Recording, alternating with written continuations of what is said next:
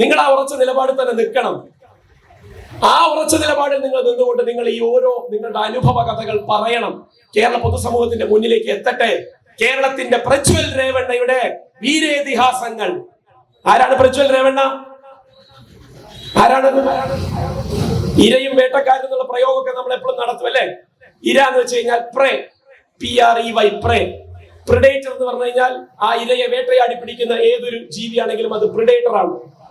അപ്പോ ആ വേട്ടക്കാരൻ കാമവെറി തീർക്കുന്നതിന് വേണ്ടി അങ്ങനെ വേട്ടയാടി പിടിക്കാൻ ഒരുപക്ഷെ സമൂഹത്തിന്റെ ഏറ്റവും പാർശ്വവൽക്കരിക്കപ്പെട്ട ആളുകളെ, സാമ്പത്തികമായി പിന്നോക്കം നിൽക്കുന്നവരെ, ജാതീയമായി പിന്നോക്കം നിൽക്കുന്നവരെയൊക്കെ തന്റെ MP സ്ഥാനം ദുരുപയോഗം ചെയ്ത് അങ്ങ് കർണാടകയിൽ കോൺഗ്രസ് ഭരിച്ചുകൊണ്ടിരിക്കുമ്പോ കോൺഗ്രസിന്റെ മൂക്കിൻ തുമ്പിൽ ഒരു JDSന്റെ MLA അങ്ങനെ ചെയ്തു, MP അങ്ങനെ ചെയ്തു എന്നും അയാളുടെ പേര് പ്രജ്വൽ രേവണ്ണയാണെന്നും ആയിരക്കണക്കിന് സ്ത്രീകളുമായി വർഷങ്ങളോളം നീണ്ടു നിൽക്കുന്ന ശാരീരിക ബന്ധങ്ങളും അതിക്രമങ്ങളും ക്രൂരതകളും ഒക്കെ ഒരു ഭയവുമില്ലാതെ മയവുമില്ലാതെ വീഡിയോയിൽ പകർത്തി അതിൽ കൂടി ആനന്ദം കണ്ടെത്തുകയും ചെയ്ത, നമ്മൾ ഇതുവരെയും വിചാരിച്ചു വെച്ചിരുന്ന സെക്ഷൽ പെർവേർഷന്റെ ഒരുപക്ഷെ സീരിയൽ സെക്ഷൽ ഒഫൻഡർ എന്നുള്ള രീതിയിൽ ഒന്നിനു പുറകെ ഓരോന്നായി രതിവൈകൃതങ്ങൾക്ക് വേണ്ടി കാട്ടിക്കൂട്ടുന്നതിന്റെ ഇന്ത്യൻ രാഷ്ട്രീയത്തിലെ മകുടോദാഹരണമായി കഴിഞ്ഞ 18 മാസങ്ങളായി നമ്മൾ ധരിച്ചു വെച്ചിരിക്കുന്ന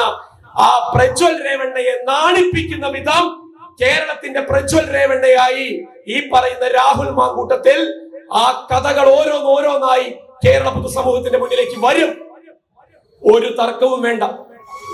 കുറെ മാധ്യമങ്ങള് ഏതിന്റെയൊക്കെയോ പേരിൽ എന്തിന്റെയൊക്കെയോ പേരിൽ സംരക്ഷണ കവചം ഒരുക്കിയിരുന്നു.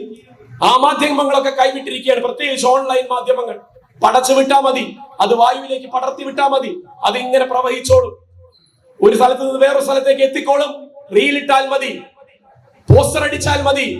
ജനങ്ങൾക്കിടയിൽ നിന്ന് പ്രവർത്തിക്കേണ്ട ആവശ്യമില്ല എന്നുള്ള സാഹചര്യത്തിലേക്ക് ഒരു യുവജന പ്രസ്ഥാനത്തിന്റെ രാഷ്ട്രീയ വഴികളെ അതപ്പതിപ്പിച്ചു കഴിഞ്ഞിരുന്നു.